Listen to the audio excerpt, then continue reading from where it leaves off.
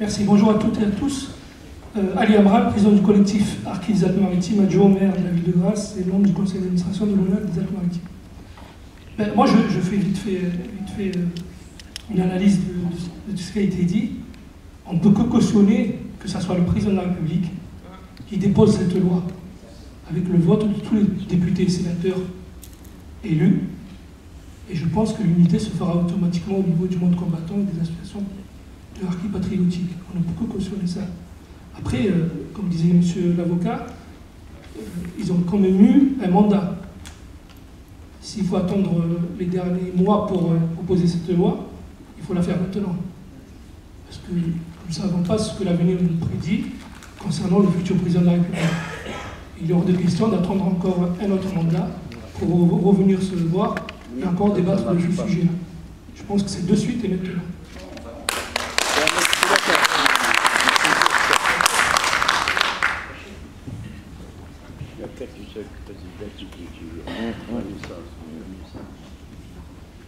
Bonjour madame, bonjour messieurs. Je vous remercie Mohamed Abounou, Mohamed Adouche et le staff de nous avoir reçus aujourd'hui pour ce week-end pour nourrir la réflexion sur la communauté harki. Moi je suis monsieur Sadi Kamel, président de l'association Mémoire du camp du Lojdal. Nous travaillons sur une thématique la mémoire. Nous avons un projet de faire émerger un projet mémorial national sur la guerre d'Algérie, notamment sur les harkis. Ce sera un conservatoire national de la mémoire harki. À l'intérieur, il y aura une maison de modèle de l'époque, dans les camps.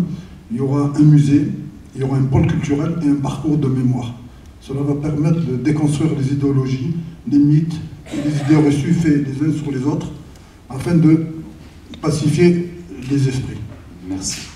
Est-ce que vous pouvez me préciser où est votre association, dans quelle région de France? Quelle région, oui. Oui, Perles-en-Provence, dans les Bouches-du-Rhône. Voilà, merci. Merci. Au suivant. Saïd Bala, je suis du Loiret, responsable de l'association Deux idées harkis du Loiret. Je suis militant associatif depuis 1987 et après avoir traité pas mal de dossiers, je dirais, sociaux, aujourd'hui et depuis une dizaine d'années, je me suis inscrit en fait dans la revendication de faire voter un texte de loi qui reconnaît la responsabilité de l'État français dans ce qui est arrivé aux harkis et à leurs familles en France et en Algérie surtout. Donc je suis d'accord avec la demande d'agir qui consiste à ce que l'État français, par le biais de son président et de son Parlement, puisse voter une loi de réparation reconnaissant sa responsabilité dans ce qui est arrivé. Voilà, je ne sais pas plus simple que ça, et c'est, je crois, la seule revendication qu'on peut porter aujourd'hui. Il y en a marre des petites mesures depuis maintenant plus de 50 ans qui n'ont pas abouti. Voilà, l'essentiel aujourd'hui, c'est la loi de réparation. Merci. Merci. Alors, table ronde, hein, en tout cas, vous avez... nous avons à notre disposition des présidents d'associations. Je propose peut-être d'établir un échange avec la salle. Ce que je souhaiterais, s'il vous plaît, c'est que vous ne fassiez les uns et les autres qu'une seule intervention et qui dure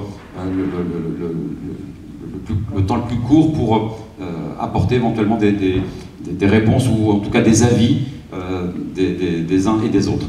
Alors, qui lève la main? Où doit aller le micro? Oui, là-haut. Et madame. Ah, madame. Et après,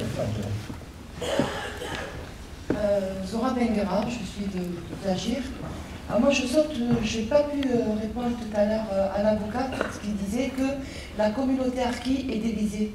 Donc, je pense que la communauté harki est divisée. Ça a arrangé certainement pas mal d'hommes politiques pour que la communauté soit divisée. Ensuite, chaque fois que vous parlez de la communauté harki, vous mettez l'Algérie. On s'en fout, nous, de l'Algérie.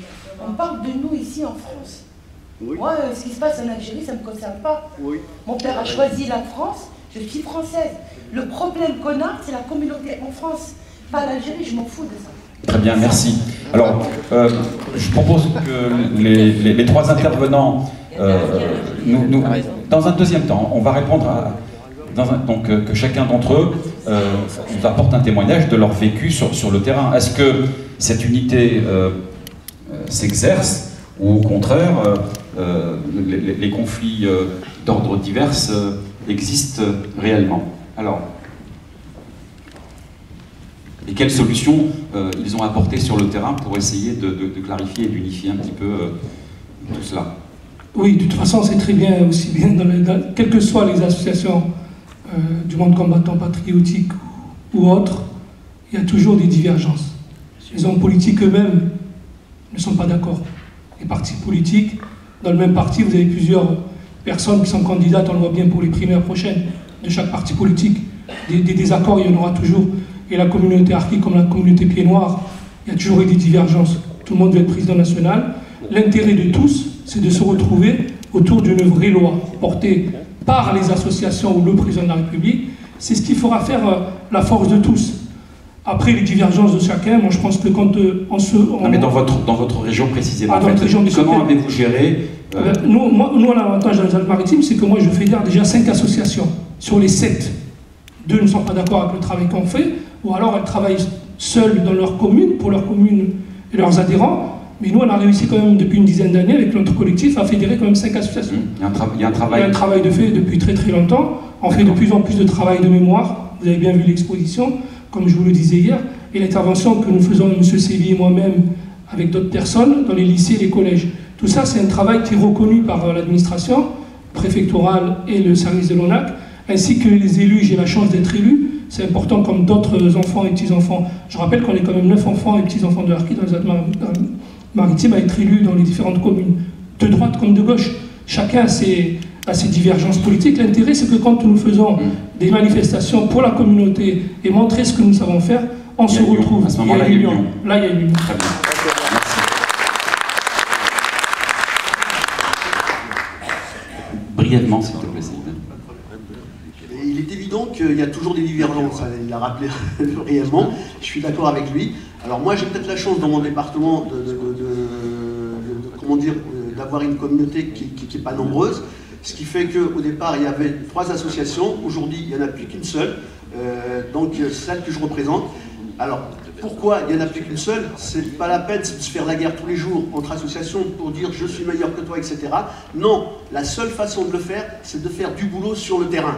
Et les gens le reconnaîtront après. Ce qui fait que tous les gens qui sont là, qui ne travaillent pas, qui n'ont pas de résultats, finiront par s'éliminer eux-mêmes. Et je pense qu'ici, on est là aussi pour montrer qu'on peut se rassembler, qu'on peut aller au-delà des divergences pour y arriver. Alors, je rappellerai juste quelque chose.